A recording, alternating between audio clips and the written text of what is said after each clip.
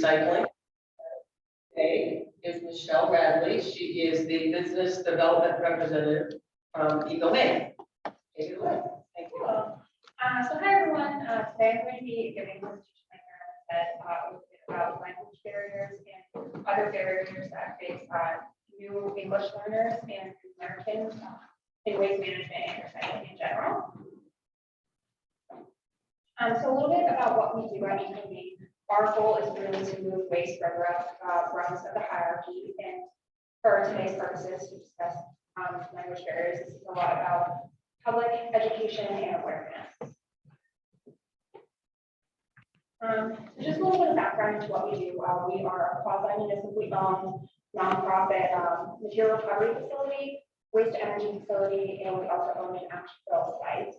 A big part of our goals at ecomaine are to provide educational outreach to the community, both reducing contamination for our recycling programs as well as increasing accessibility. We have reached 62,000 people with our so a little bit about what we do for targeted education. You can see on the right-hand side, this little left towards the gift of our facilities is inclusive of all of our sites. We also provide waste offering services given by our 3 full-time environmental educators. This is where they'll go in and just basically show a school, any sort of group really, how they can improve a little bit on whether or not they're recycling their waste. We also have paid partnerships with the Maine Celtics and the Maine Mariners. We do targeted presentation curriculum as well as tabling investment. So this is a kickoff program, the recycling tagging program that we started implementing back in 2019. It was spearheaded by South Portland and Salco a year prior to that. But we initially started out by providing education to communities that were a little bit more diverse and had some of the barriers such as high turnover rates. Seeing why we weren't getting those high participation numbers, or we were getting contamination rates in some communities that were in excess of 50% for a single sort. This led us essentially to see things as the diversity really impacted for new Americans and people who aren't native English speakers. So this slide just shows a little bit about Maine's shifting demographics. Overall, we are still a pretty white state, but it really is changing, and it's changing quickly. So Maine grew about 1% population between 1990 and 2000, but grew 43% in new English language learners between 2000 and 2019. Still only 4% of the population of the state, but again, it's outpacing other growth in certain groups. So this slide just talks a little bit about some of the lessons we learned from our tagging programs. We initially started off by providing education to the communities about what we were looking for in the recycling. This was done by letters to households and what they would be seeing for feedback that we would be providing. So a green tag really meant everything was perfect, or they had one minor contaminant like plastic straw. Yellow was a couple of things, but nothing particularly dangerous or food and yuck, mostly. And red tags were something that we would not mostly accepted and would ultimately harm the contamination levels of other incoming recycling flows. We ended the tagging program by providing a kind of celebration that was inclusive of multiple cultures, and this included things like data and just showing them how far they've come and where they're going to be going. Sometimes providing this education is simple as putting like things in Google Translate or including widgets on your websites. One important part of what we did at the end was we went door to door for each of the households in the communities that we serviced and conducted a survey. So we provided a scan particularly for those that we couldn't communicate with bodily, and try to see what they would like to see change in the program, or if we continued it, what they would like to see further. We found out from these surveys that the 5 most spoken languages in Redneck, South Portland, which is one of the communities that are highly targeted for their terminal rates, as well as their New American population, were French, Spanish, Arabic, Samoan, and Portuguese. And another important thing that we actually learned from this was some residents actually had different spoken languages preferred than their written languages preferred, which is something that was very surprising to a lot of our staff. This is an example of our do's and don'ts. So you might have seen them before in like basic English, which is what we usually bring to things such as conferences for targeted education. But we did get these all printed out, provided them in a packet mailer to all of the community residents. And they're also available right on our website, which again, the benefit of that now is we can have browsers pre-programmed in our native spoken language and navigate to get these oral images still in the written language of our preference. So this is just an example of our webpage and where we put them so people can print them off as well. We also provide some of the more pictorial information that is just a blanket, general, easy language for everyone to understand. This is an example of some of the targeted advertisements that we provide in the community and also helps us connect better with some of our residents in areas that they might more frequently utilize. So on the left-hand side is a web page that provides resources for new Americans who are immigrating into Maine, particularly those of the African population. This is an example of in its 5 or 6 most commonly spoken languages that they provide right on their webpage. The top right is a multicultural radio station that is also shooting online. We purchased advertising time there in a couple of different languages so that this information can be relayed. In the bottom right is the Center of Portland's Office of Economic Opportunity. They provide a lot of information to our new emerging English language learners. So ultimately, some of the results that we saw from these tagging programs were general positive feedback, particularly about the pictorial information that we provide. This made a lot of sense to us just because it is something that is universally understood by everyone. A lot of people didn't have recycling prior to moving into our communities in Maine. And so these card stickers really help them orient, like, not just how they were doing, but which carts were for recycling, which ones were for trash, which is very common amongst big confusion. Positive feedback for multiple languages, people love that, having those.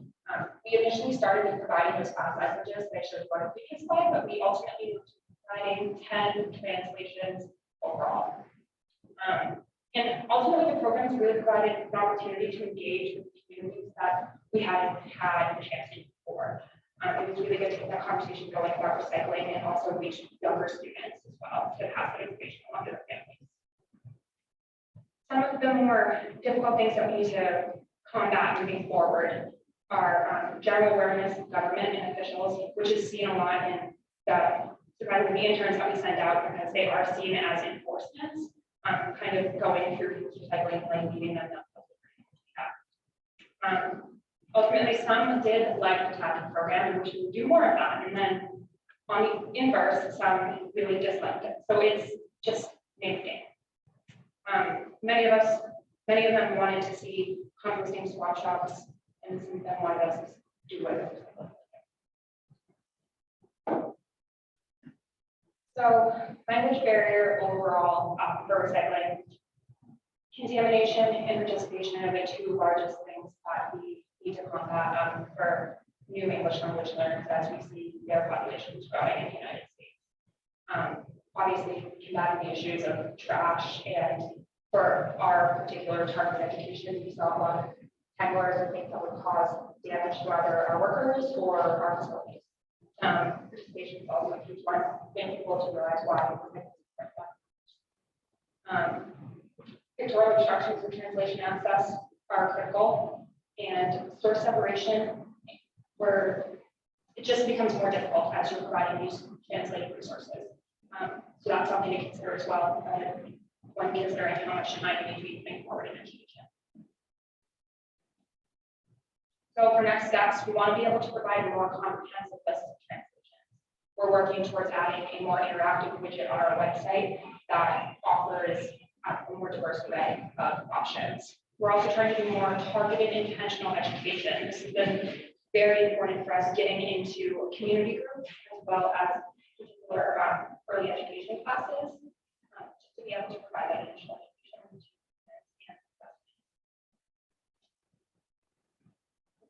So that's it I have. Are there any questions?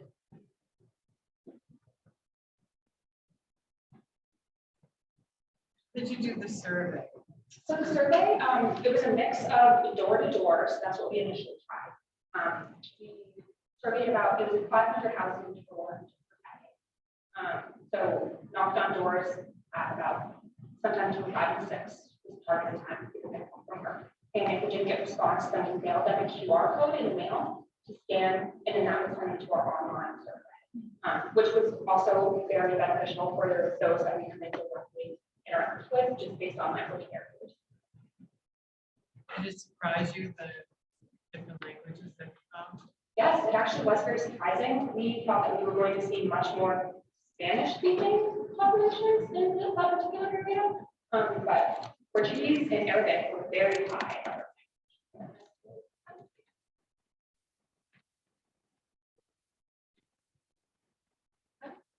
Go about getting translation. Like how do you find something? Yeah, sure. So our previous communications manager actually was very involved in Portland Office of Economic Equality, and they have really great roots in so they were able to with translators. So I think that's always great resources, reaching out to those local offices. But again, especially for some of the more complex languages, we really stuck with the yes and no, and with more historical information was most beneficial for us.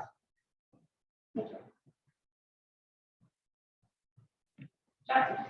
Did you see a increasing participation in this contamination after doing all of these language?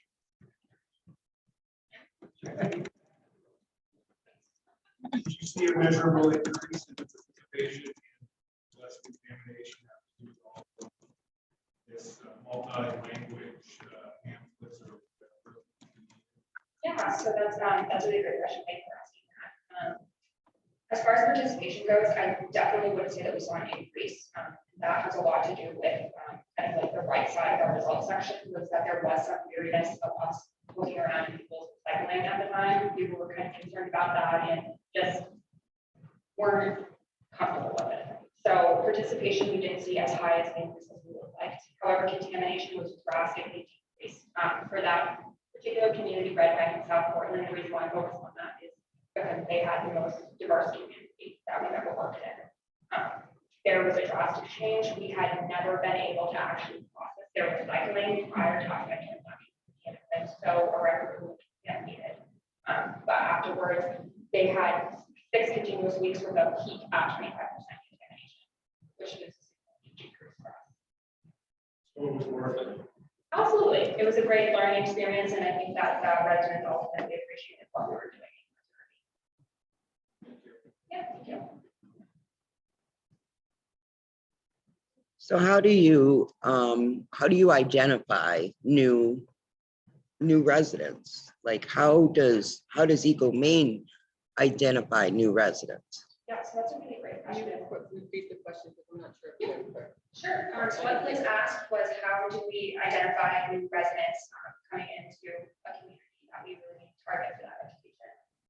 So we actually work very closely with community governments in our local areas. So we work South Portland. So we work with the South Portland Office of Sustainability, and they keep track of the residents coming in and out of that when that turnover occurs. They have very good inventorying, and they also turn over carts. So they would get a new carts by cart whenever they came in, because they would be taking it out and it for damage. So it was easier for us to keep track of them that way. But yeah, ultimately that's how we did it, and we were lucky to have those resources.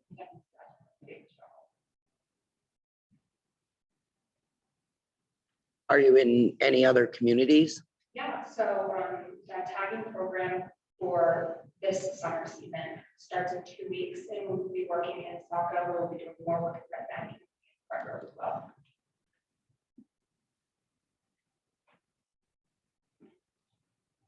So prior to you guys coming in, how were people learning about recycling? Is it loud enough? So the question was, prior to our work in the tagging program, how did residents learn about it? So that's a really good question. Somebody else out there that needs to touch on that. But there really are not many resources available in our communities that particularly for people who are new English language learners. So generally, the options were assume what card is what, and that is particularly difficult in that sort of big community because trash is green and recycling is blue, but green also means environmental, so it's really hard to say. So I feel like that definitely has a lot to do with it, and then particularly why I address the turnover is because when people are moving from community to community, it's difficult to establish those rules for themselves. But there really is not a lot of information unless you actively reach out for it. Go on the web, figure out where your community is at.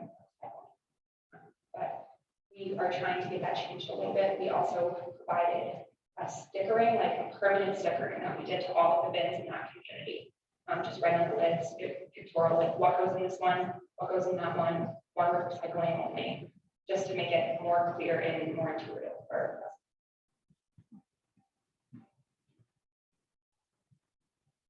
Well, thank you very much, Michelle. I hope you guys all enjoyed our conference, and thank you very much for coming.